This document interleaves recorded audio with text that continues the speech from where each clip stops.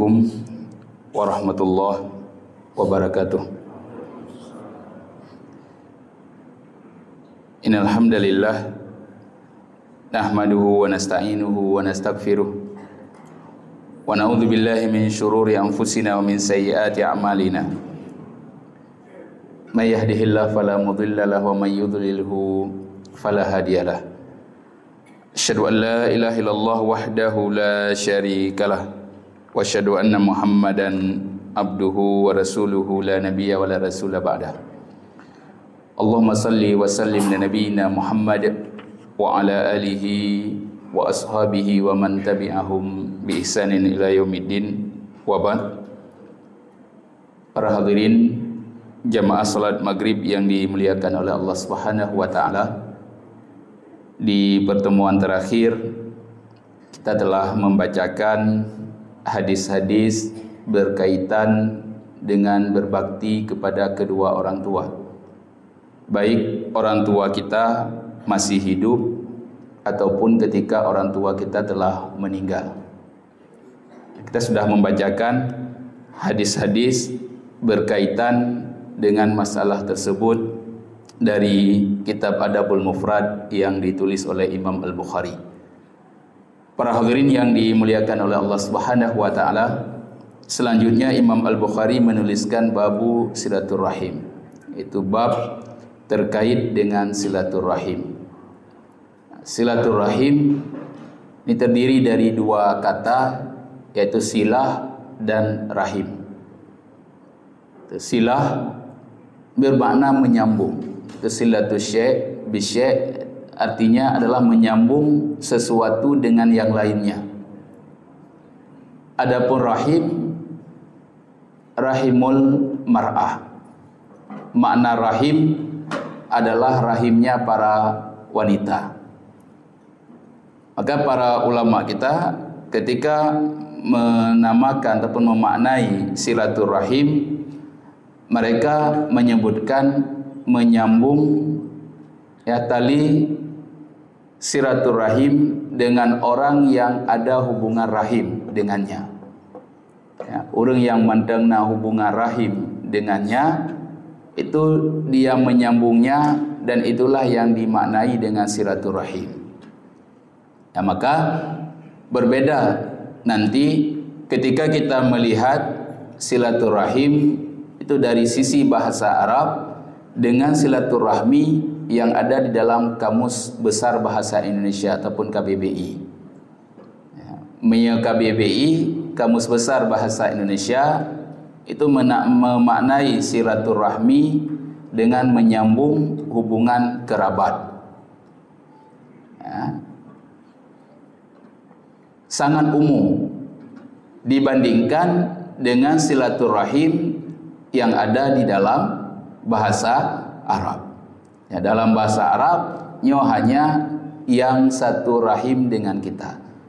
Maka nalhebo sagai yang sabo rahim, yang dihitung satu rahim dengan kita. Yang pertama aba ke atas, kemudian abna ke bawah, kemudian hawashi ke samping.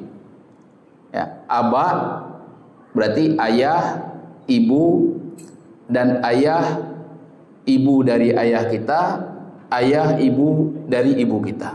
Watuh yuju pak ni watuh itu jalur aba dinamakan. Kemudian ke bawahnya jalur abna.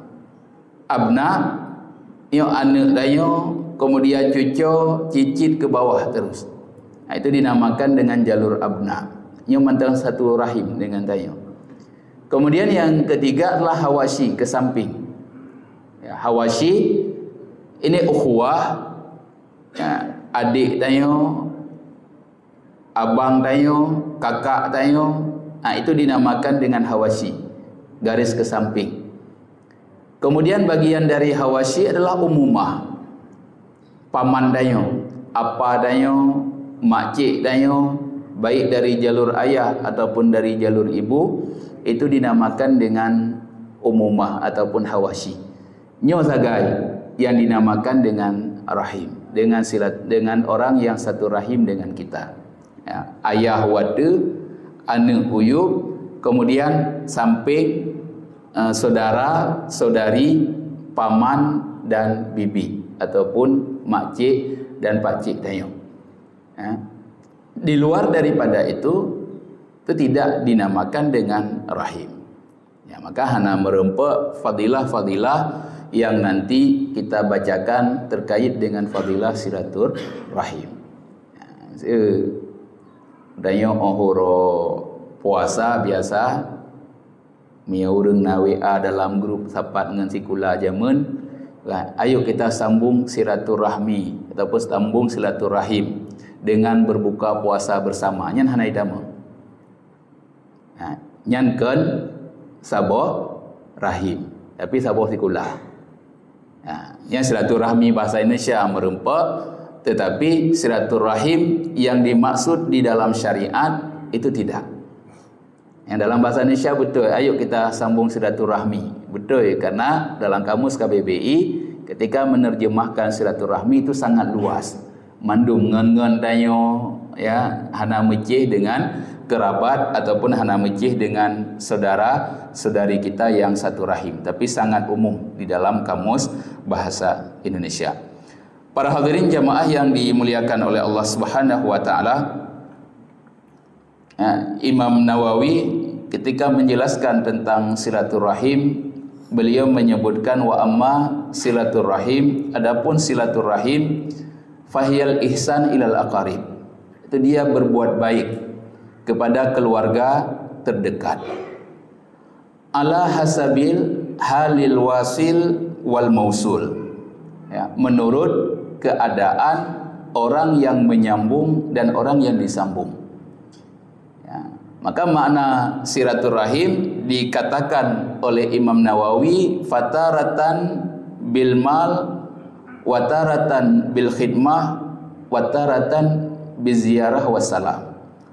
Ya, kadang-kadang menyambung silaturahim itu harus menggunakan uang. Ya, pakai tak kadang saudara dayo buno, adik dayo, apa dayo membutuhkan bantuan uang, tajuk peng, yang silaturahim. Ada mandang merempak bak jalan, yang dah galon kagedulak Honda hanale miyu sapu, tajuk peng apa peng ngan nebuh miyu, yang menyambung silaturahim dinamakan. Ya, menurut keadaan. Ya, wataratan bil khidmah. Kadang-kadang menyambung tali silaturahim itu dengan khidmah, membantu. Tak bantu pertolongan, tapi pertolongan. Kadang-kadang biziarah. Dianggap menyambung tali silaturahim itu cukup dengan ziarah. Tajak berkunjung mandang, mengucapkan assalamualaikum, itu sudah dinamakan menyambung tali silaturahim. Maka menurut keadaan penyambung dan orang yang disambung. Maka para hadirin jamaah yang dimuliakan oleh Allah Subhanahu wa taala, cukup banyak fadilah-fadilah yang dijanjikan dalam syariat.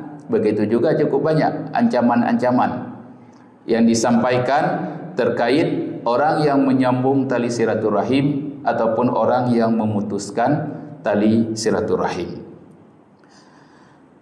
Dalam hadis pertama yang diriwayatkan oleh Imam Al-Bukhari dalam Adabul Mufrad, itu dari Abi Ayyub Al-Ansari, beliau mengatakan anna Arabiyan aradha lin Nabi sallallahu alaihi wasallam fi masirihi. Faqala akhbirni ma yuqarribuni minal jannah wa yubaiduni minan nar. Ya, ada seorang Arabi, seorang Badui, dia menghentikan Rasulullah sallallahu alaihi wasallam di perjalanan beliau. Kemudian dia bertanya kepada Rasulullah sallallahu alaihi wasallam ataupun menyampaikan kepada Rasulullah, "Ya Rasulullah, akhbirni ma yuqarribuni minal jannati wa yubaiduni minan nar." Wahai Rasulullah, sampaikan kepadaku apa yang bisa mendekatkanku ke surga dan menjauhkanku dari api neraka. Ya, putra yang bisa mendekatkan ke surga dan menjauhkan dari api neraka. Maka Rasulullah sallallahu alaihi wasallam menjawab, ta'budullah wa la tusyrik bihi syai'a. Ya, engkau sembah Allah dan jangan menyekutukan Allah dengan sesuatu apapun. Ini syarat. Rasulullah sallallahu alaihi wasallam menyebutkan la yadkhulul jannah illa nafsun muslimah. Itu tidak akan masuk surga kecuali dia itu seorang muslim. Ya, muslim itu hanya bentuknya ataupun dia dikatakan seorang muslim ketika dia telah mengucapkan kalimat syahadah. Ya, dan mengucapkan kalimat syahadah, maka dia dikatakan sebagai seorang muslim. Kemudian ada tanggung jawab dari kalimat yang ia ucapkan, yaitu beribadah kepada Allah Subhanahu wa taala dan tidak menyekutukan Allah Subhanahu wa taala dengan sesuatu apapun. Hanya prinsip hidup seorang muslim. Ya, prinsip udip tanyo sebagai seorang muslim adalah memahami tujuan dari kehidupan kita, dan tujuan dari kehidupan seorang muslim itu tidak lain hanya untuk beribadah kepada Allah Subhanahu wa taala. Ya, hana lain tujuan udip tanyo. Ya, maka para hadirin jamaah yang dimuliakan oleh Allah, ayo penghujung kehidupan nyokan kematian. Ya, orang enggak anggap penghujung udip danyo mati kan selesai kan. Penghujung kehidupan seorang hamba adalah surga ataupun neraka. Hidih penghujung kehidupan danyo. Ya, mereka anggap penghujung kehidupan danyo kematian, tapi hanya dumpu je dah bubuk di dunia yo. Menan mati kan selesai. Ya, tapi ada kehidupan yang abadi, di situ diminta pertanggungjawaban, maka penghujung kehidupan seorang hamba adalah surga ataupun neraka. Ya, maka Rasulullah sallallahu alaihi wasallam mengingatkan Badui ini, yang pertama sekali adalah engkau menyembah Allah Subhanahu wa taala dan tidak menyekutukan Allah dengan sesuatu apapun. Kemudian wa tuqimus shalah. Itu engkau menegakkan salat. Ya, menegakkan salat, iqamatus shalah, ya. Itu menegakkan salat dengan kesempurnaan yang diajarkan oleh Rasulullah sallallahu alaihi wasallam. Rasulullah sallallahu alaihi wasallam telah mengatakan, "Shallu kama raaitumuni usalli." Hendaklah kalian melaksanakan salat itu sebagaimana kalian melihat aku salat. Nah, ini kita ingatkan jamaah yang dimuliakan oleh Allah, dan mungkin cukuplah kita sampaikan setiap mengenai bab salat, karena bab salat bab yang paling penting tetapi yang paling diremehkan oleh kaum muslimin. Ya, bahkan karena dia tak anggap dari ubid dekat dah sembahyang. Maka hana perlele murno sembahyang. Ya, dari SD kata sembahyang nah. Adapun dari TK kata sembahyang. Orang hana le gubernur sembahyang. Ya, padahal ketika ditanyakan pada ada kalan ke sembahyang ke buat jaro eno. Pada ada pakan etna ne buat jaro, pakan kan etno. Hom long etno lumurno. Yang hanasib lo. Yang tanya ke sembahyang, lagi Rasulullah sembahyang, maka harus adupu pakan tak buat jaro etna. Teh dalil yang menjelaskan seperti itu cara mengangkat tangan ketika takbiratul ihram. Nyan baru sip, baru melaksanakan salat sebagaimana Rasulullah sallallahu alaihi wasallam melaksanakan salat. Kita harus mengetahui dalil-dalil apa saja ya ketika kita melaksanakan salat kita yang kita jadikan sebagai hujjah dalam praktek salat kita. Itu baru dinamakan dengan iqamatus shalah. Dia mengerjakan salat sebagaimana Rasulullah sallallahu alaihi wasallam mengerjakan, kemudian dia memperhatikan waktu salat tepat sebagaimana ditetapkan di dalam syariat. Maka baru dikatakan dengan iqamatus shalah, dan ketika dia telah melaksanakan salat seperti itu telah dijanjikan oleh Allah Subhanahu wa taala, dia akan dijauhkan dari perbuatan fahsya dan akan dijauhkan dari perbuatan mungkar. Yang keaman udip. Ya, maka para ulama kita anale ge api ingat urang. Nek long menteng long pubuk salah halanyo. Long menteng long pubuk salahnya. Cina bisa nasihat, putra nasihat akelun. Anale nasihat iaitu perbaiki salat. Nyanda gaya nasihat ulama. Betul salat menteng. Yang punya salat ka betul, dia akan menjauhkan seseorang dari perbuatan fahsyak dan perbuatan mungkar. Maka dayo kita ukur jamaah yang dimuliakan oleh Allah, puka betul salat dayo ngan galom, tak kalan mantang dah pubuk dosa ataupun hana. Mia mantang dah pubuk dosa berarti sembahyang dayo galom betul. Payah perbaikilah. Payah belajarlah. Hana mungkin Allah Subhanahu wa taala itu berdusta. Ya, tidak mungkin Allah Subhanahu wa taala mengatakan sesuatu yang berlawanan dengan fakta. Pasti apa yang dikatakan oleh Allah itu maha benar. Ya, pasti betul. Maka Allah kepegah salatnya menjauhkan seseorang dari perbuatan fahsyak dan perbuatan mungkar, makanya pasti. Enggak ada yang jeda ukur sembahyang tanya betul dengan hana, tak kalan but tanya. Yang mantang salah tak puput, mantang nabut dosa yang tanya lakukan, berarti salat kita itu belum benar. Maka harus perbaiki lagi. Ya, harus lihat bagaimana cara Rasulullah SAW melaksanakan salat. Kemudian Rasulullah mengatakan waktu zakah, itu bayar zakat. Nah, ini para hadirin jamaah yang dimuliakan oleh Allah, ini selalu kita juga sampaikan bahwasanya salat dengan zakat itu benar-benar diikat keduanya.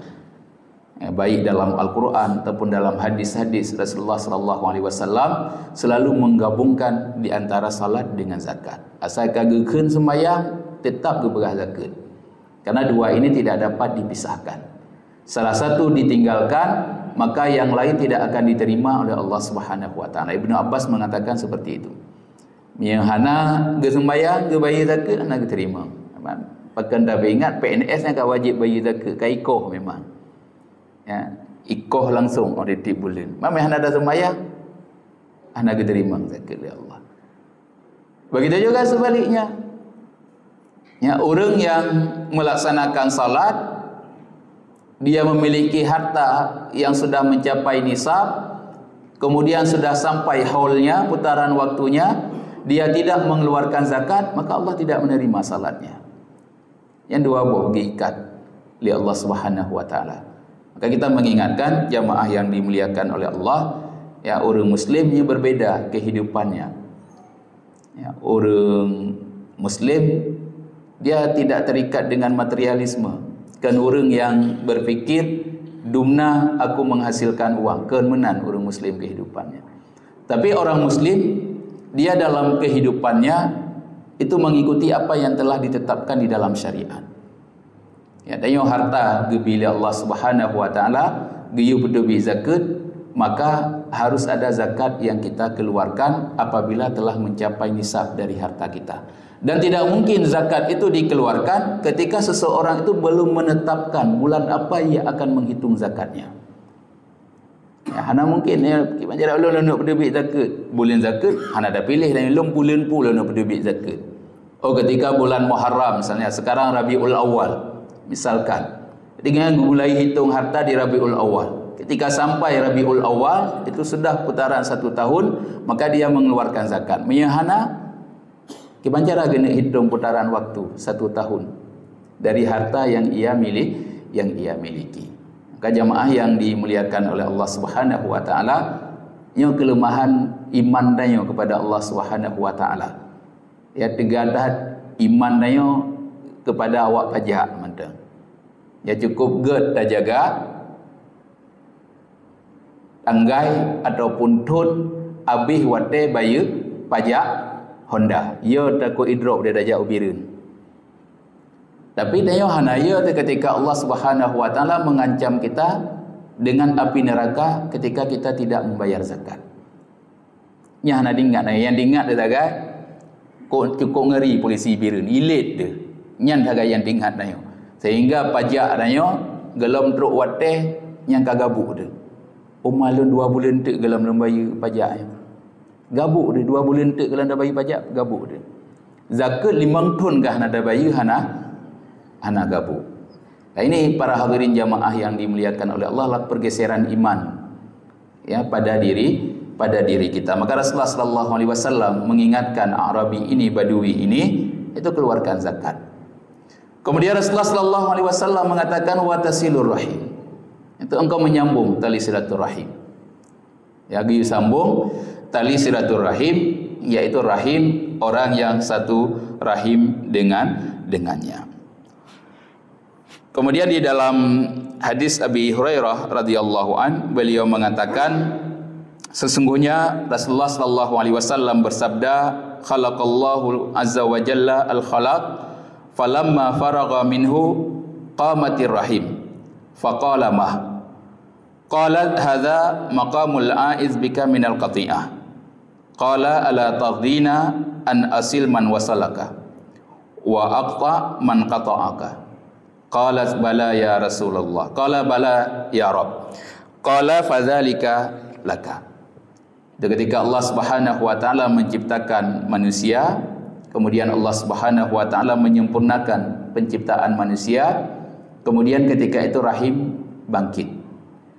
Dan rahim mengatakan kepada Allah Subhanahu wa taala, "Mah." Qalat hadza maqamul aiz bika minal qati'ah. Maka Allah Subhanahu wa taala mengatakan, menunjukkan neraka, kemudian Allah mengatakan ini adalah tempat bagi orang yang memutuskanmu. Maka kemudian Allah mengatakan kepada rahim, ala tardina an asil man wasalaka. Apakah engkau ridha aku akan menyambung hubungan dengan orang yang menyambungmu? Wa aqta man qata'aka. Dan aku akan memutuskan hubungan dengan orang yang memutuskan hubungan denganmu. Bala ya Rabb. Maka rahim mengatakan, tentu wahai Rabbku, wahai Tuhanku. Ini para hadirin jamaah yang dimuliakan oleh Allah Subhanahu wa taala, ancaman dari disampaikan oleh Rasulullah sallallahu alaihi wasallam, orang yang memutuskan tali silaturahim, maka Allah akan memutuskan hubungan dengannya. Ya, orang yang menyambung tali silaturahim, maka Allah Subhanahu wa taala akan menyambung hubungan dengannya. Ya, mereka gekoh hubungan dengan Allah Subhanahu wa taala, nya hanali kebaikan badanya. Menyatakan ke umat orang yang gebutuh tali silaturahim, di bancara ngonyan merempak rezeki cukup jai, gebi rezeki oleh Allah, padahal hana ge peremen saudara ge yang gasin, hana ge peremen orang lain mampakan gebi rezeki oleh Allah. Dalam konsep rezeki jamaah yang dimuliakan oleh Allah, dalam konsep nikmat itu dibagi dua oleh Allah Subhanahu wa taala. Ya, ada yang dinamakan dengan nikmat. Ya, nikmat ini diberikan kepada hamba Allah Subhanahu wa taala yang dia benar-benar melaksanakan perintahnya, nikmat gitu. Yang satu lagi adalah istidraj. Istidraj itu juga diberikan kenikmatan. Gebi si kenikmatan oleh Allah Subhanahu wa taala, ya, tetapi Allah Subhanahu wa taala ingin menjauhkan dirinya darinya. Ya, Allah kena pergi order dari hambanya, gebi oleh Allah. Walaupun orang pubut dosa dumpu, tapi Allah tetap gebi kenikmatan untuk orang itu. Karena Allah ingin menjauhkan diri darinya. Makanya jamaah yang dimuliakan oleh Allah, dia payah dauku hinan dauku dah kenikmatan. Dia dah galan malun jai dah gebi harta gale Allah. Nya pubutoi amalan dah pubut, pu memang istidraj dari Allah Subhanahu wa taala. Mi istidraj taubat dia. Mi dauku sang lo hana layak yang merempak dumno. Dosa cukup le dah pubut, tapi dumno gebi la Allah. Yang taubat dia. Berarti itu istidraj. Itu pintu istidraj yang dibukakan oleh Allah Subhanahu wa taala karena Allah Subhanahu wa taala ingin menjauhkan diri dari hamba tersebut. Tapi memang layak, maka itu nikmat. Ya, bersyukur kepada Allah Subhanahu wa taala, Allah Subhanahu wa taala akan menambah nikmat tersebut kepada kita. Kemudian Imam Al-Bukhari menuliskan fadlu silaturahim. Itu fadilat orang yang menyambung tali silaturahim. Dalam hadis Abi Hurairah, beliau mengatakan atarajulun an-nabiyya sallallahu alaihi wasallam, datang seorang laki-laki kepada Rasulullah sallallahu alaihi wasallam, faqala, maka dia mengatakan, ya Rasulullah, wahai Rasulullah, innali qarabah asiluhum wa yaqta'un. Aku memiliki keluarga dekat yang sabuh rahim. Aku menyambung dengannya, tetapi dia memutuskan hubungan denganku. Yang tetap gepegat budgat, disambung tadi silaturahim, tapi urangnya gepuputuh, gepuji uhdo. wa uhsinu ilaihim wa yasi'una ilayya. Aku berbuat baik kepada mereka dan mereka membalas dengan keburukan untukku. Wa yajhaluna alayya wa ahlumu anhum. Mereka berbuat hal-hal yang menyakitiku, tetapi aku tetap berbuat baik kepada mereka. Ya, hana gebalah. Saudara ge puputuh hubungan, ge pubut-buk aku ngoknya tetap melakukan kebaikan untuk saudaranya. Maka Rasulullah mengatakan, la in kana kama taqul. Kalau seandainya benar apa yang kamu katakan itu, ka'annama tusifuhum almal wala yazal ma'aka minallahi dhahirun alaihim madumta ala dzalika. Itu sama seperti engkau melemparkan pasir yang panas ke atas mereka.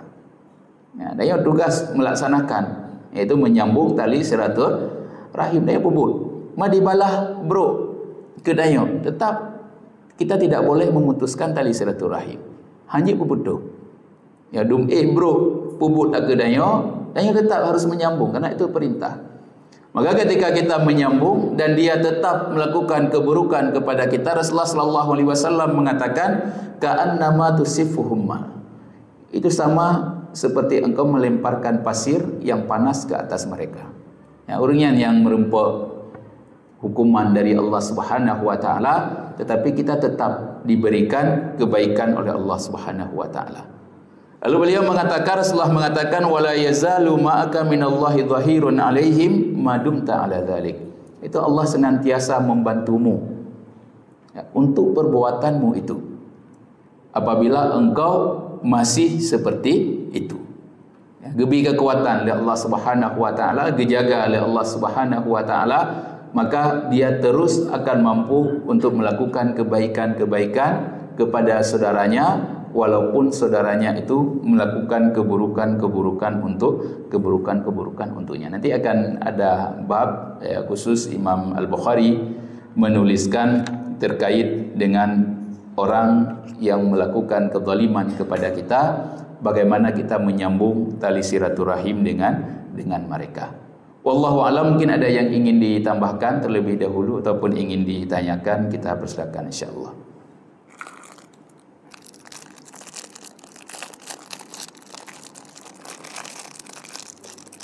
Ada minit dia. Ya.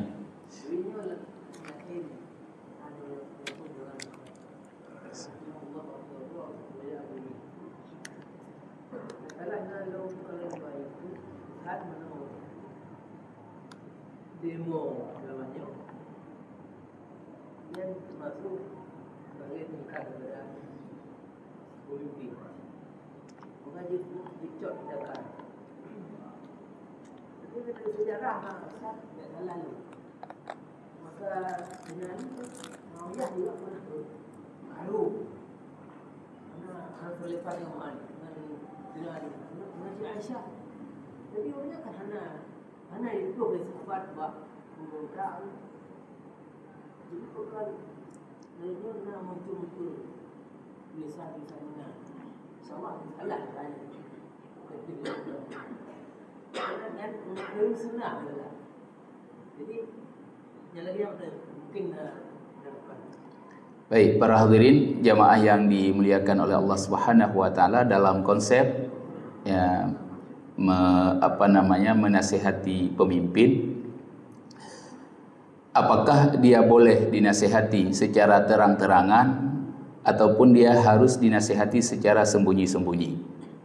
Ya, dalam hadis Muslim itu jelas disebutkan ketika di pemerintahan Bani Umayyah itu dirombak pelaksanaan salat Idul Fitri ataupun Idul Adha, salat hari raya.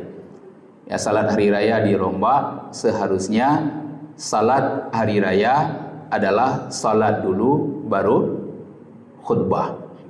Ya. Maka ketika dilihat orang-orang Bani Umayyah ketika itu mereka melaksanakan hal-hal yang dilarang di dalam syariat, maka orang hanale ke sembahyang, hanale ke dengar khutbah, menan le sembahyang, Gua ju. Mungkin badanya orang yang hana model menan. Mia di Timur Tengah, di Arab, menan mendum. Sembayang rayanya, menan lih ke sembayang, tinggal khatib tidro ragai ke khutbah ataupun padum ro ragai dengar lain orang dia awal ju. Yang untuk saatnya karena orang memang hana galak lagi dengar ceramah. Maka dirubahlah oleh Bani Umayyah. Dirubah, dilaksanakan khutbah dulu, kemudian baru salat. Orang pasti gepreh sembahyang. Ya, maka ketika itu terjadi, seorang sahabat itu menarik tangan pemimpin Bani Umayyah mengatakan al-khutbah ba'da salah. Al-khutbah qabla salah. Al-khutbah ba'da salah. Itu khutbah itu dilakukan setelah salat. Ya. Dia marah Bani Umayyah, pemimpin Bani Umayyah. Kemudian Abu Ayyub mengatakan, iya, aku mendengar Rasulullah sallallahu alaihi wasallam mengatakan, mara'a minkum mungkaran falyughayyirhu biyadihi. Barang siapa dari kalian melihat kemungkaran, maka dia boleh mencegah dengan tangannya. Fa illam yastati fa bilisanihi. Apabila dia tidak mampu, maka dengan lisannya. Fa illam yastati fa biqalbihi. Apabila dia tidak mampu, maka dengan hatinya. Maka dalil hadis ini dijadikan hujjah oleh para ulama yang mengatakan boleh menasihati pemimpin secara terang-terangan. Ya, ini bukan perbuatan khawarij, tetapi itu ada di dalam sunnah dan itu yang dilakukan oleh para sahabat radhiyallahu anhum ajmain. Nah, kemudian bagaimana dengan memberontak? Dalam konsep melawan pemimpin, jamaah yang dimuliakan oleh Allah Subhanahu wa taala itu ada tahapan-tahapan yang ditetapkan. Makanya harus kembali kepada sejarah sebenarnya. Pertama sekali timbul pemberontakan kepada pemimpin itu pada masa Muawiyah, pada masa Utsman bin Affan. Maka kita lihat kembali sejarah ke situ. Ya, terutama pada masa Ali ibni Abi Thalib itu perlawanan secara terang-terangan. Melawan pemimpin ketika dia memiliki sebab. Nah, sebab. Ya, dia memberontak kepada pemimpin tetapi memiliki sebab. Sebabnya itu ya, yang dia mampu untuk mengumpulkan orang-orang. Pada masa Ali bin Abi Thalib, penyebab Muawiyah, begitu juga penyebab Ummuna Aisyah radhiyallahu anha menyerang Ali bin Abi Thalib, itu ada sebabnya. Karena Ali bin Abi Thalib tidak langsung mengkisas pembunuh Utsman. Maka ada sebab. Oh, Ali itu tidak melaksanakan hukum. Ya, kita memberontak kepada Ali. Ya, memberontak pemimpin ya, dengan persenjataan dan kekuatan itu tidak dinamakan dengan khawarij. Ya, dinamakan dengan bughat di dalam Al-Quran. Ya, Allah disebutkan dalam Al-Quran fa in bagha. Itu apabila mereka melakukan perbuatan bughat, masih dianggap sebagai orang mukmin, masih dianggap sebagai seorang muslim, maka tugas saudaranya yang lainlah menasihati. Ya, hanjut nyan kana senjata. Ya, nyan kana senjata, ka pakai senjata untuk menghancurkan ataupun menurunkan pemimpin yang sah, itu masih bughat. Ketika dia sudah mengkafirkan pemimpin tersebut, maka itu baru dinamakan dengan khawarij. Ya, nah tingkatan dalam syariatnya man kage pekafirkan hana macam dia mau perang yang mengkafirkan.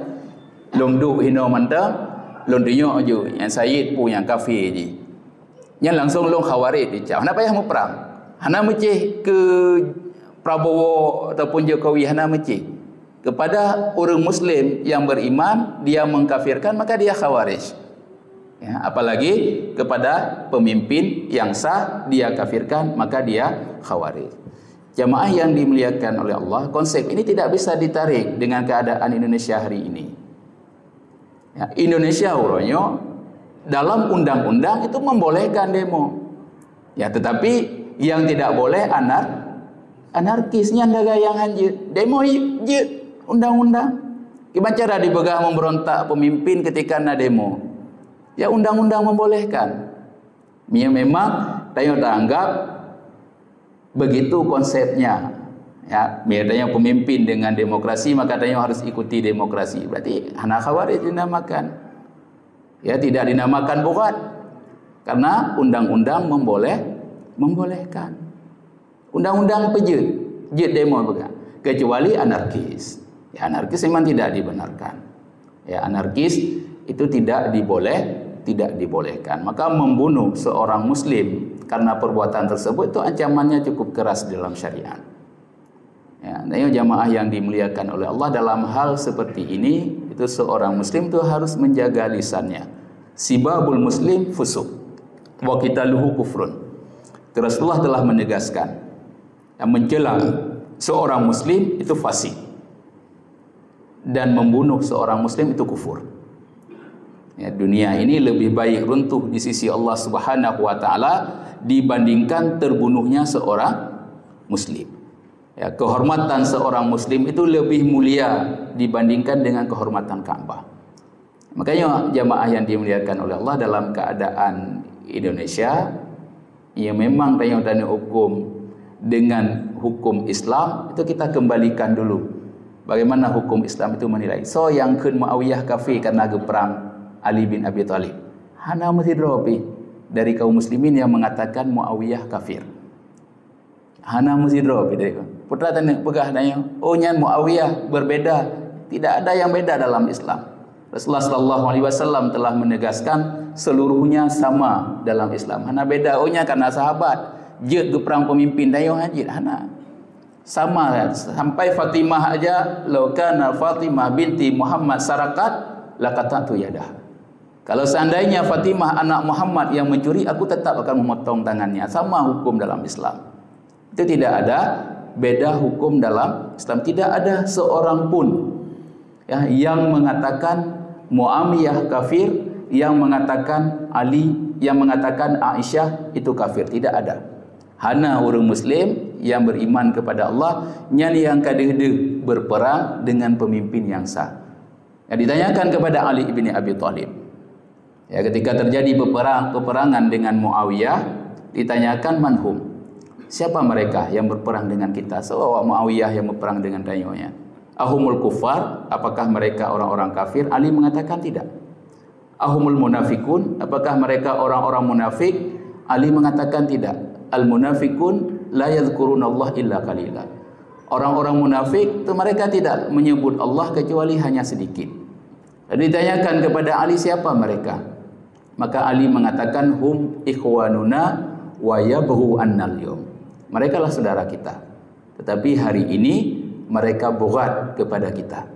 Ya, bughat itu bentuk perlawanan kepada pemimpin, tetapi dia masih digolongkan dalam golongan kaum muslimin.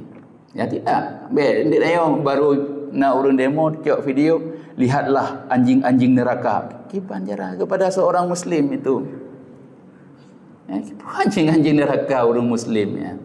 Yang mengucapkan kalimat syahadah, pada ketembayang itu ngonyandang imum gedanya Allah. Gimana pegang anjing neraka. Ya, maka ini kesalahan para hadirin jamaah yang dimuliakan oleh Allah. Dalam halnya jaga lisan roh mentang. Ya, Allah Subhanahu wa taala itu tidak akan pernah bertanya kepada seorang hamba, kenapa kamu tidak menghukumi si fulan itu? Hana gedayang badayang. Bahkan roh hana keun ke si A kafir. Bahkan roh hana keun ke si A muno. Bahkan roh hana keun ke si B. Hana gedayang Allah baru duduk. Tetapi ketika kita sudah mengeluarkan si A kafir, nyan baru gelake pertanggungjawaban di hari kiamat. Apabila kalimat itu tidak membuktikan, maka kalimat itu akan kembali kepada orang yang mengatakannya. Amannya nudib dayo. Ya, dayo tidak perlu menghukumi orang lain. Ya, memang kan hana perlu dayo kalau dah sampaikan mungkin dalam kajian tafsir kita ada dai, ada hakim. Ya, orang muslim yang mandum dai, tapi hakim itu yang ditetapkan oleh pemerintah. Dai tugasnya hanya menyeru, pegah dagai ngoknya. Hakim yang menetapkan hukuman. Ada yang dengar pegah mata, hana dengar kan selesai. Nyo menurut pemahaman lun lagi nyo. Hana diikuti selesai. Baik, tajam lidah-lidah kita kepada kaum muslimin. Nah, wallahu a'lam.